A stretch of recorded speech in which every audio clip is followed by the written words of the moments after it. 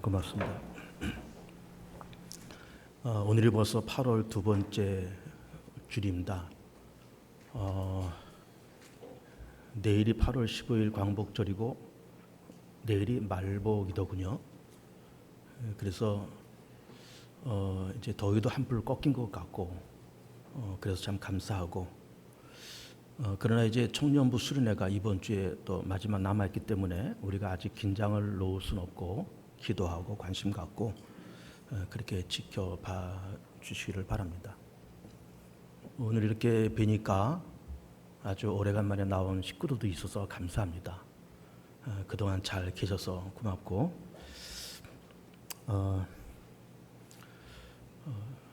세 차례에 거쳐서 죄에 대한 시리즈로 설교를 하고 있습니다.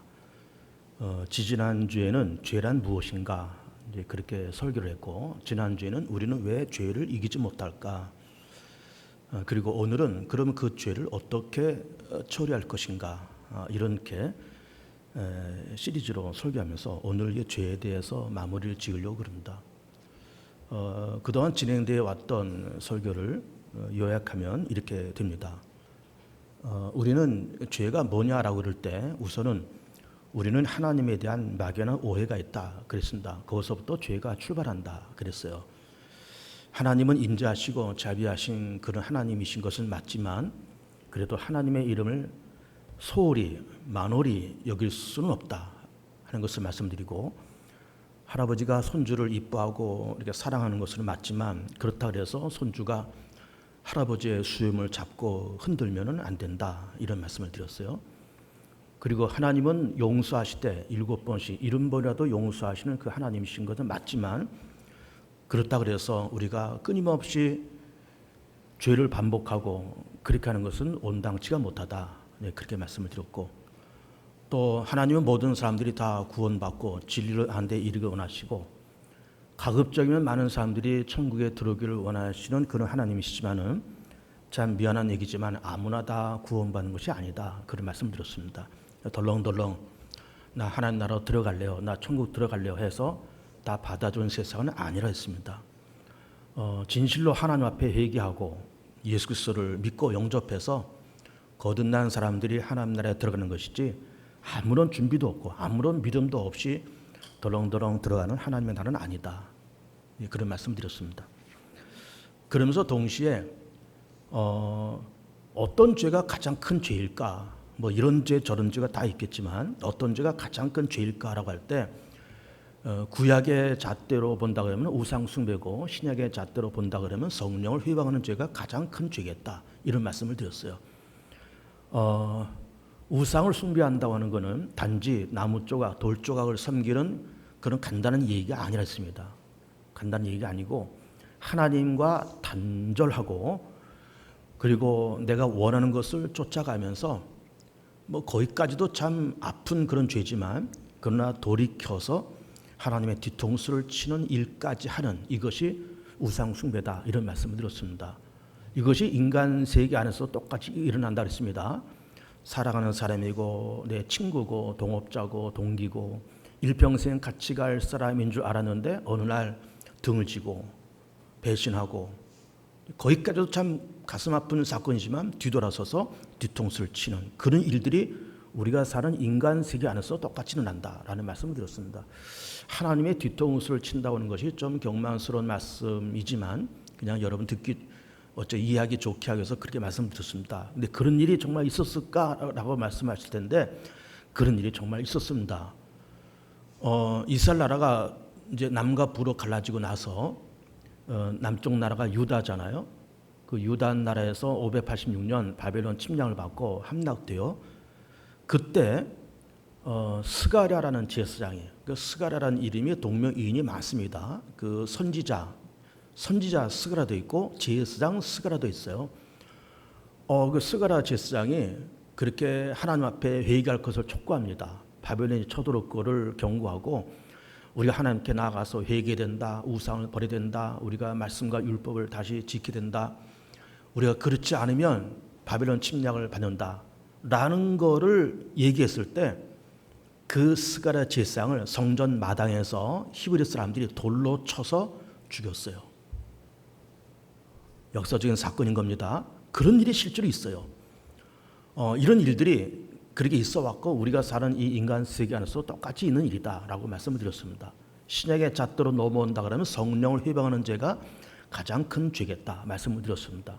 성령이 하신 일이 뭐라 그랬어요? 성령은 사람을 감동하고 그래서 예수 그리스도를 알게 하고 믿게 하고 그리고 그 사람을 성화시키고 죽을 때까지 그 사람을 인도해 가는 것이 성령의 역할인데 그런 성령님의 사역을 회방한다고 하는 것은 예수 그리스도를 거부하는 것이고 성화를 거부한다는 거잖아요. 그러니까는 그런 죄는 절대로 용서받을 수 없다 그런 이야기예요.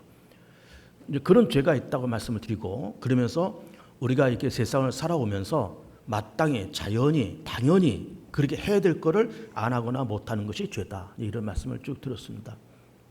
그러면서 두 번째 시간 넘어와서 그럼 우리는 왜 죄를 이기지 못할까라고 했을 때 그 죄가 어떤 결과를 초래하느냐라고 하는 것을 모르기 때문에 죄를 짓는다. 그걸 모르기 때문에 하나님을 두라는 말이 없기 때문에 죄를 짓는다. 그리고 동시에 욕심이 잉태해서 죄를 낳고 죄가 장세해서 사망을 낳으면서 욕심과 죄와 사망이라는 이런 메커니즘을 우리가 모르기 때문에 우리가 죄를 짓는다. 이런 말씀을 드렸습니다. 그러면서 오늘은 그러면 다 좋은데 그런 죄가 우리 가운데 있는데 그럼 이 죄를 어떻게 우리가 처리해야 될 것인가라는 것으로 이제 죄에 대한 세 번째 설교 마무리를 지으려고 그럽니다. 우선은 죄가 어떻게 정리될 거냐라는 걸 얘기하기 전에 죄의 특성이 있다는 것을 먼저 말씀드리고 싶어요. 죄는 특성이 있습니다. 어떤 특성이 있는가 하면은 죄는 보이질 않아요. 죄가 좀 눈에 보이면 좋을 텐데 보이질 않습니다. 그 어떤 사람을 떡 놓고 보면 저 사람 오늘 옷을 이렇게 입고 왔네, 머리를 이렇게 하고 왔네, 오늘 화장을 이렇게 하고 왔네, 어떤 신발을 신었네. 이 겉모습만 보이지 그 사람의 내면의 세계와 죄가 보이질 않아요. 그것만 안 보일까요? 우리 안에 스스로 있는 죄도 보이질 않습니다. 막 이게 죄가 뭐 흉측하게 생긴 어떤 괴물처럼 돼가지고 막 꿈틀럭꿈틀럭거리면서 이게 있어서 눈에 보인다 그러면은 야 이런 큰 죄가 있네. 그럼 이 죄를 회개하고 그럴 텐데 이 죄가 눈에 보이질 않습니다. 그 우리가 다 죄가 안 보이니까 우리가 이렇게 그럴듯하게 살아가는 거예요. 그러나 우리 속에는 정말 끈끈한 죄가 너무너무 많습니다. 두 번째 죄의 특징은 이 죄는 통증이 없습니다. 이게 통증이 있으면 이게 깨달을 텐데 통증이 없어요. 뭐 암도 여러 가지 암 종류가 있지만은 통증 없는 암도 있다는 것 아니에요. 그래서 이게 어디가 아프다 해서 이 통증이 오기 시작해서 열어보면 이미 뭐 1기, 2기, 3기 다 지나가서 말기가 왔다는 거예요. 아마 한 1기쯤 왔을 때 통증이 있으면 이걸 빨리 병원에 가서 일찍 치료하면 좋을 텐데 통증이 없어요. 그건 암도 있다는 겁니다. 근데 죄도 그래요. 죄도 통증이 없습니다. 근데 이 죄가 눈에 보이지 않지만 정말 끈적끈적하게 우리 속에 붙어 있어요. 막 이게 떼려야 떼지지도 않는 끈끈하게 달라붙어 있는 그런 죄들이 있는데 이게 통증이 있으면 이제 좀 이게 죄가 있구나, 통증이 있구나, 아프구나 하면서 깨달아서 자복하고 회개하고 그럴 텐데 죄는 통증이 없습니다. 보이지도 않죠? 통증도 없어요. 그러면서 은밀하게 또 다른 특징은 그리고 통증도 없으면서 은밀하게 커가고 있어요. 마치 암세포가 1기, 2기, 3기, 4기 이렇게 되면서 통증도 없으면서 살금살금 자라듯이 보이지도 않는 죄가 통증도 없는 죄가 그런데 살금살금 자라고 있어요. 그래서 욕심이 잉태해서 죄를 낳고 죄가 어떻게 된다 그랬어요? 죄가 장성한다 그랬잖아요. 장성이 뭐예요? 자란다는 것 아니에요. 죄가 자라서 결국 어디 간다는 거예요? 사망에 이른다. 이런 말씀을 하시는 겁니다. 죄가 보이질 않아요. 통증이 없습니다. 그러나 살금살금 자라가요. 그러면 그런 여러 가지 죄를 갖고 있으면서 어쨌든 이 죄를 우리 정리를 해야 되잖아요. 죄를 갖고 살 수는 없잖아요. 어쨌든 정리하고 처리를 해야 될 텐데 잘 들으세요. 죄를 어떻게 정리할 거냐 어떻게 처리할 거냐 잘 들으세요. 방법은 두 가지가 있습니다. 첫 번째는 지은 죄에 따라서 마땅한 대가를 치르면 돼요. 여러분 죄에 대한 마땅한 대가가 뭘까요? 하나님의 진노, 하나님의 형벌, 그리고 마지막에는 죽음이잖아요. 그러니까는 예를 들면 어떤 사람이 죄를 졌어요. 그래서 경찰에 잡히고 법원에 끌려가서 재판을 받았습니다. 그래서 판사가 너는 이러이러한 죄를 졌으니까 벌금 얼마 혹은 징역 몇 년 이걸 때렸다고 쳐보세요. 그러면 그걸 때렸으면은 어쨌든 벌금을 내든지 징역을 살든지 해야 돼요. 그래야 이게 해결되지. 뭐 벌금도 안 내겠다, 징역도 안 가겠다, 그게 돼요? 안 됩니다. 어쨌든 죄를 졌으면 거기에 합당한 벌을 받아야 돼요. 그래야 그 죄가 어쨌든 정리가 됩니다. 물론 흔적은 남죠. 그런 죄를 져서 흔적은 남지만 어쨌든 죄를 졌으면 거기에 대한 벌을 받아야 그것이 일단은 해결이 돼요. 벌금을 내든지 정말 몸으로 때우는 것처럼 정말 징역을 살든지 그래야 이게 해결되지. 이게 그렇지 않으면 해결이 안 됩니다. 그리고 죄는 이 죄는 빚과 같습니다. 부채, 빚과 같아요. 여러분 빚진다는 거 그거가 똑같습니다. 그러니까 예를 들면 어떤 사람이 누구로부터 한 3억 정도의 빚을 줬다고 쳐보세요. 이게 3억은 서민들에게는 큰 돈인 겁니다. 큰 돈이에요. 3억을 빚을 줬어요. 그러면 빚을 졌으면 어떻게 돼요? 이 빚을 갚아야 되잖아요. 안 갚으면 이게 문제가 생겨요. 그럼 죄를 졌으면 벌을 받아야 되고 빚을 졌으면 그 빚을 갚아야만 이게 해결되지. 그렇지 않으면 이게 해결이 안 됩니다. 그런데 3억의 빚을 져서 요즘 금리가 좀 높다잖아요. 금리도 높은데 이자는 고사하고 원금만 한 달에 30만 원씩을 갚는다 그러면은 3억을 얼마면은 갚을 수 있겠어요? 얼마나 갚을 수 있겠습니까? 100년 걸려요, 100년. 여러분 이해가 안 되죠? 한 달에 30만 원씩 갚으면 이게 100년 걸려요. 여러분 이게 놀라운 겁니다. 생각해 보세요. 30만 원이면 1년이면 360만 원이고요. 10년이면 3,600만 원이고 100년이면 3억 6천이에요. 그러니까 100년 걸려요. 근데 예를 들어 어떤 사람이 월급을 300만 원 받아요. 요즘 고물가 시대에 이거 살림하기 바쁘고 물가 비싸서 10만 원 갖고 나가봐야 살 것도 없어요 요즘. 그 300만 원 가지고 세 식구 네 식구 먹고 살기도 바쁜데 이자는 생각하지 말자 했습니다. 일단은 이자는 빼고 원금만 30만 원씩 여러분 300만 원 받으면서 한 달에 30만 원씩 원금 갚는 거 쉽지 않습니다. 근데 그렇게 해도 이게 100년 걸린다니까요. 그러니 어쨌든 죄를 졌으면 벌을 받아야 이게 해결되는 것이고 빚을 졌으면 갚아야만이 해결돼요. 그렇지 않고는 방법이 없습니다. 그런데 우리는 벌을 받을 수는 없잖아요. 벌을 받으면 그만큼 우리가 하나님의 진노를 받아야 되고 마지막에 그 죄에 대한 마지막 벌은 뭐예요? 죽음이잖아요. 죄의 삭은 사망이요 하나님의 은사는 그리스도 예수 안에는 영생이라 말씀하셨잖아요. 그러니 죄를 졌으면 거기에 마땅한 벌을 받아야 되는데 하나님의 벌을 견딜 자신이 있습니까 여러분? 하나님이 진노의 채찍을 들었을 때 그걸 감당할 사람이 있겠냐 이 말이에요. 감당 못합니다. 절대로 감당 못합니다. 그냥 좀 속되게 말하면 얻어 터져서 반병신이 되든지 아니면 죽든지 가정이 다 그냥 망가지든지 하나님의 진노의 채찍을 들면 그렇게 돼요. 맞으면 죽는 거예요. 그거 감당할 수 있겠어요? 우리는 그렇게 되면 안 되는 겁니다. 물론 우리가 죄가 있다 했습니다. 예외 없이 다 죄가 있습니다. 모든 사람이 다 죄를 범해서 모든 사람이 다 하나님의 영광에 이르지 못한다 했습니다. 의인은 없네 하나도 없다 했습니다. 다 죄가 있어요. 누구나 다 보이지는 않는다 했습니다. 그러나 이게 통증도 없어요. 그냥 잘한다 했습니다. 그 죄를 해결하기 위해서는 죄에 대해서 마땅히 벌을 받아야만 해결이 돼요. 그럼 벌을 받을 수 없잖아요. 벌 받을 자신 있어요? 벌 받을 자신 아무도 없습니다. 그런데 정말로 천만의 다행으로 죄를 해결할 수 있는 두 번째 방법이 있어요. 뭘까요? 용서받는 거예요. 용서받는 거. 아까 그 빚진 걸 얘기했잖아요. 3억을 갚으려고 그러면 매달 30만 원씩 하면요. 그걸 하려고 그러면은 이게 100년도 더 걸린다 했습니다. 100년 걸린다 했습니다. 그러니까 이거는 갚을 재간이 없습니다. 그런데 3억을 나한테 빚준 그 채권자가 나한테 연락해서 아무개야 나 좀 만나자. 갔더니 이 사람이 나를 보면서 자네 나한테 3억 빌려갔는데 자네 300만 원 가지고 그렇게 식구들 먹고 살기 바쁘잖아. 뭐 나도 그렇게 여유가 많은 사람은 아니지만 내가 당신을 내가 용서하면서 3억 빚진 건 내가 다 탕감해 줄게. 이겁니다, 이거요. 내가 다 탕감해 줄게. 그러면서 3억 빌렸을 때 그 차용 증서를 써두는데 그 차용 증서 밑에다가 내 채권자 아무개가 채무자 아무에게 빌려준 3억을 몇 날 며칠부로 탕감함. 그래서 채권자 자기 이름 싹 쓰면서 도장 뻥 찍어주는 거예요. 그러면서 그 차용 증서를 다시 돌려주는 거예요. 이게 할렐루야잖아요.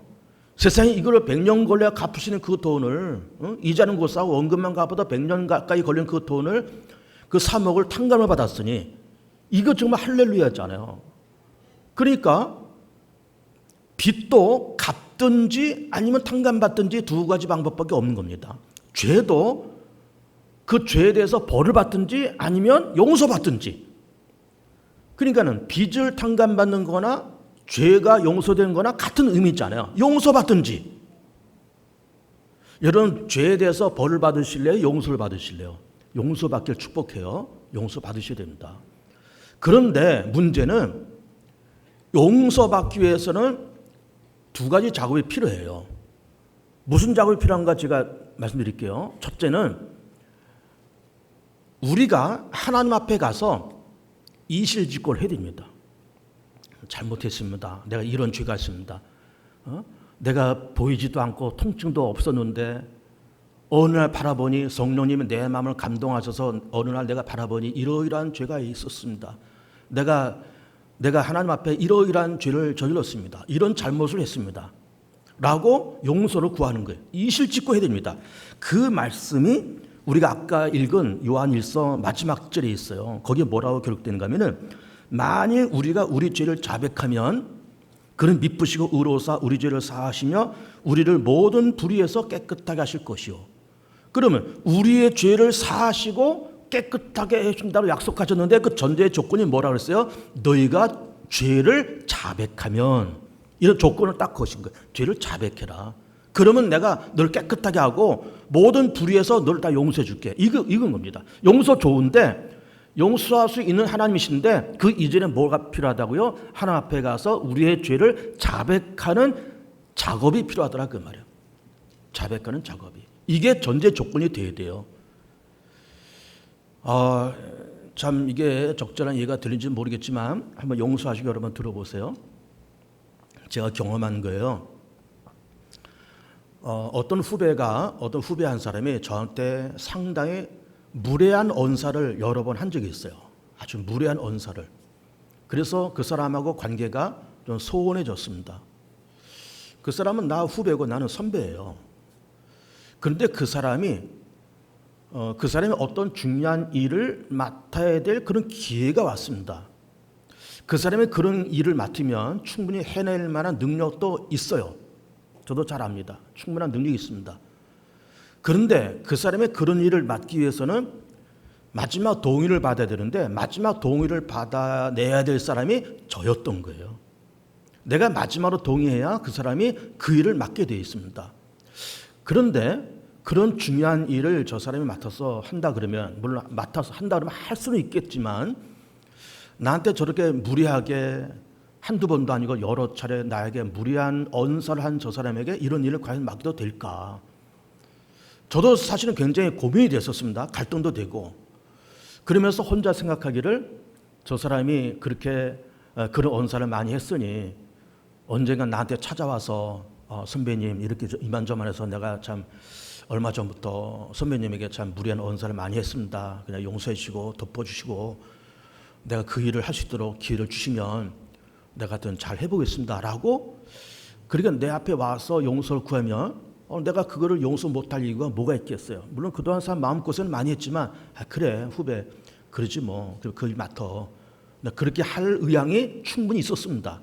그런데 며칠을 기다려도 안 와요. 그 동의 도장을 찍을 날짜는 자꾸 오는데 오질 않아요. 그래서 사람을 하나 보냈습니다. 사람 하나 보내서 그 사람한테 가서 너 한번 그 박종환한테 뭐 찾아가 봐라 해서, 근데 이렇게 그 사람이 나한테 그렇게 불순한 언서를 한 것이 그 사람하고 나하고 둘만 아는 일이 아니에요. 우리 공동체가 다 아는 사건이에요. 공동체 다 알아요. 그래서 사람을 보내서 그 사람한테 보내서 그 박정호한테 가서 좀 미안하다고 얘기해라. 그럼 그 양반이 그렇게 너를 그렇게 하겠냐. 그렇게 그 얘기를 좀 전해줬어요. 한번 찾아가라고 얘기를 하라고 언지를 줬습니다. 언지를 줬는데 내가 물어봤죠. 그 얘기를 했냐? 나를 찾아오라고 얘기를 했냐? 했대요. 그래서 뭐라 그러느냐? 아무 소리 안 한대요. 그러냐?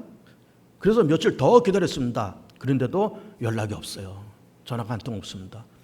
그 사람한테 마지막으로 도장 찍을 그날이 됐는데 정말 미안하지만 그 사람에게 도장을 못 찍어줬어요. 안 찍어줬습니다. 그게 잘한 짓인지 못한 짓인지는 제가 아직 마음에 정리가 안 됐습니다. 그런 일이 있었습니다. 그 전에. 그러니까 이것이 인간 세계 안에서도 늘 일어난 일들이에요. 그러니 우리 감정과 하나님의 감정이 비슷한 것 아니에요? 비슷한데 그러면은 하나님도 하나님이 무슨 그렇게 옹졸한 분이에요? 우리가 가서 하나님 정말 잘못했습니다. 내가 잘못 살았습니다. 용서해 주세요. 내가 그동안 좀 너무 불손하게 불경하게 살았는데요. 나 용서해 주세요. 그러면 우리 하나님이 얼마나 쿨한 하나님이신데 그래 그냥 어떤 걸 하자. 잘 살아. 그렇게 할 수 있는 하나님이세요. 요한일서 1장 9절 말씀 다시 읽어드리면 만일 우리가 죄를 자백하면 그는 미쁘시고 의로우사 우리 죄를 사하시며 우리를 모든 불의에서 깨끗하게 하실 것이요. 깨끗하게 하실 것이요. 하나님 앞에 자백하세요. 이실직고하세요. 여러분 이것이 하나님 앞에서만 그럴까요? 아니요. 사람 앞에서도 마찬가지예요. 사람 앞에서도 우리가 실수하고 좀 불경건하게 또 우리가 불손하게 저지른 일이 있으면요. 다 이실직고하세요. 선배님, 아무개님, 그동안 내가 그렇게 좀 무례하게 했습니다. 용서해 주세요. 그러면요, 그거 가지고 너 이거 또 꽁하고 그럴 사람 없습니다. 그렇게 다 자백하면, 그러자고 우리 잘 지내자고 그러죠. 그것 때문에 또 꽁하고 등지고 그럴 사람 없습니다. 그러니까 우리 말 한마디가 천냥빚을 갚는다는 것 아니에요? 자, 우리 조상들도 참 말을 얼마나 잘 만들어내요? 그러니까는 좋은 말 한마디가 천냥빚을 갚는다는 거예요. 그러니까는 하나님 앞에 나가서 우리가 자백하고 사람한테도 불편한 사람이 있으면 찾아가서 자백하고 그러면요. 이게 인간관계, 하나님과 우리의 관계가 다 해소돼요. 다 해결됩니다. 두 번째, 제가 용서되는 두 번째 방법, 일단은 첫 번째는 이실직고 자백한다 그런 겁니다. 자백해야 되고 두 번째도 필요합니다. 이것도 꼭 필요해요. 그러면 우리가 하나님 앞에 용서를 구하면 하나님이 미쁘시고 의로운 분이라서 우리 죄를 용서할 수 있어요. 그야말로 7번씩 70번씩 또 용서할 수 있는 그런 하나님이십니다. 하나님이 굉장히 쿨한 분이에요. 그런데 그 용서라는 그 작업 속에 문제가 하나가 있습니다. 무슨 문제인가 하면은 사단의 참소가 있어요. 사단의 참소. 제가 이 얘기를 그동안 몇 번 했습니다. 여러분 잘 다시 한번 들어보세요. 사단의 참소가 있어요. 무슨 참소가 있는가 하면은 자, 나는 하나님 앞에 나가서 이실직고했으면 자백했습니다. 하나님 쿨한 분이라서 용서했어요. 자, 그래요. 좋다. 용서할 게 없던 걸로 하자. 없던 걸로 하자라고 하나님은 그렇게 말씀할 수 있어요. 그런데 그 옆에서 사단이 뭘 해요? 참소를 합니다. 누구에게? 하나님에게. 누구를 걸고? 우리를 걸고 참소합니다.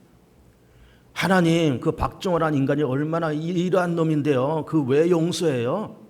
그걸 왜 봐줘요? 이러이러한 죄가 있는데 왜 봐줘요? 그리고 하나님은 언제는 죄에 있어서는 사망이라 그러고 이제 와서는 또 없던 거라 그러고 이렇게 자꾸 이랬다 저랬다 그랬어요. 선악과도 그렇죠. 선악과도 이거 따먹으면 죽는다 그랬어요. 하나님이. 아담과 하와가 홀라당 따먹었어요. 그럼 죽어야 됐잖아요. 근데 하나님이 살려줬어요. 그리고서는 에덴 동산에 내쫓겼습니다.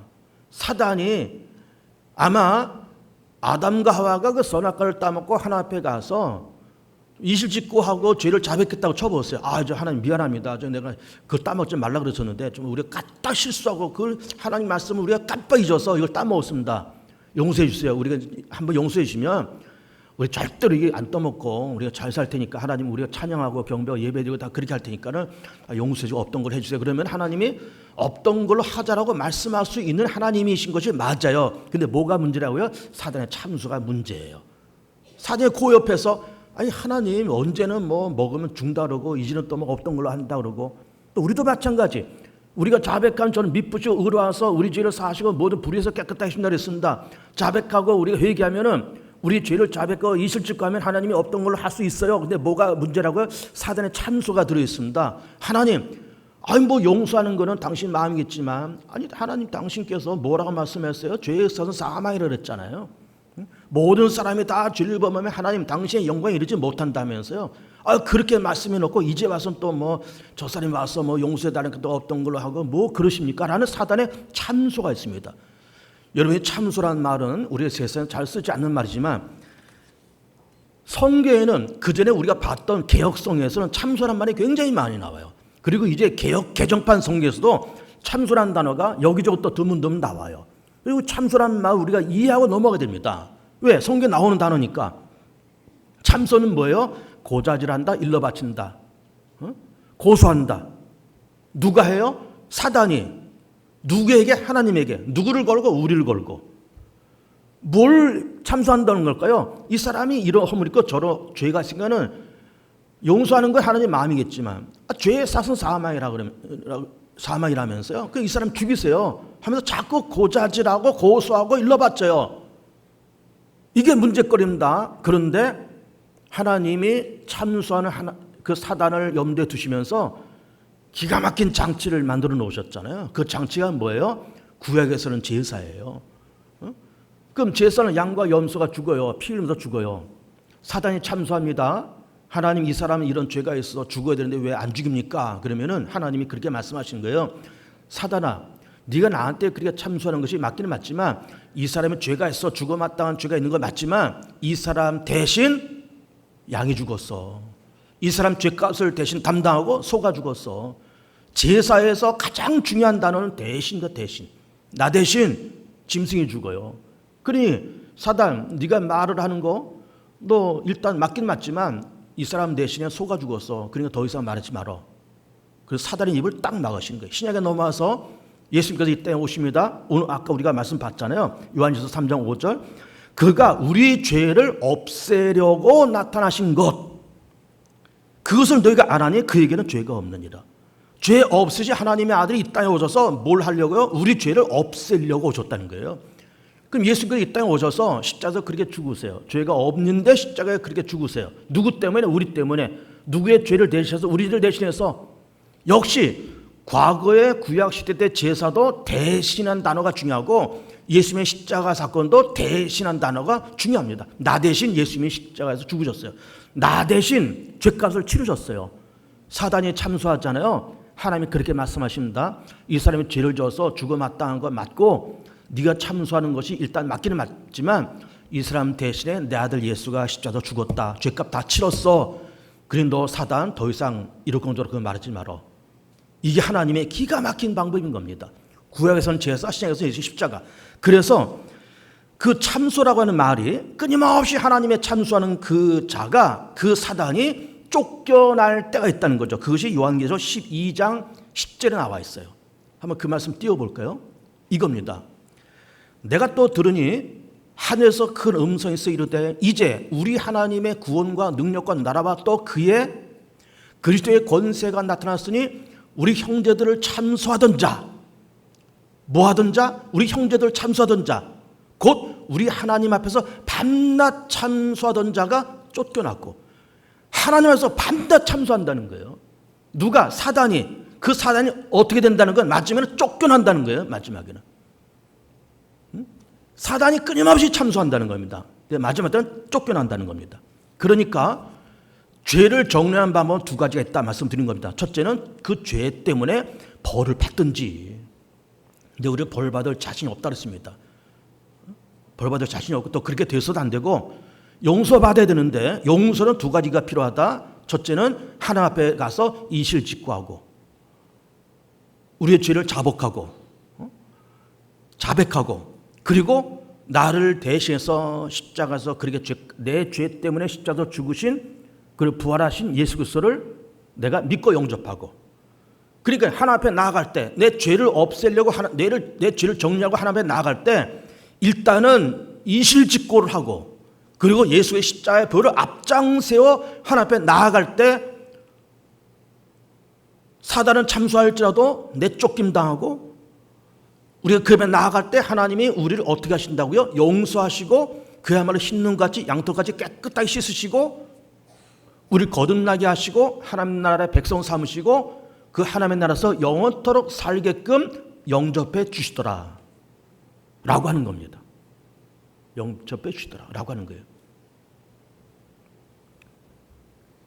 자, 이게 죄에 대한 결론입니다. 이제 죄는 어떻게 처리할 것인가? 거기에 따라 벌을 받든지. 우리는 그렇게 할 수 없다 그랬습니다. 대신 용서받아야 되는데 일단은 자백이 필요하고, 둘째는 예수 그리스도의 보혈을 앞장세우는 그 믿음이 필요하다. 이런 말씀을 드리고 있는 겁니다. 성령의 감화, 성령의 충만함을 통해서 잘 되시고 복 받으시고 다 자백들 하세요. 하나님 앞에서 자백들 하시고 사람 앞에서 다 자백들 하세요. 끝까지 가지고 가지 마시고 다 자백하셔서 다 용서받고 편안하게 하나님께로부터 영접받는 그런 귀한 기쁨이 우리 모두에게 있게 되기를 축복합니다. 우리 위에서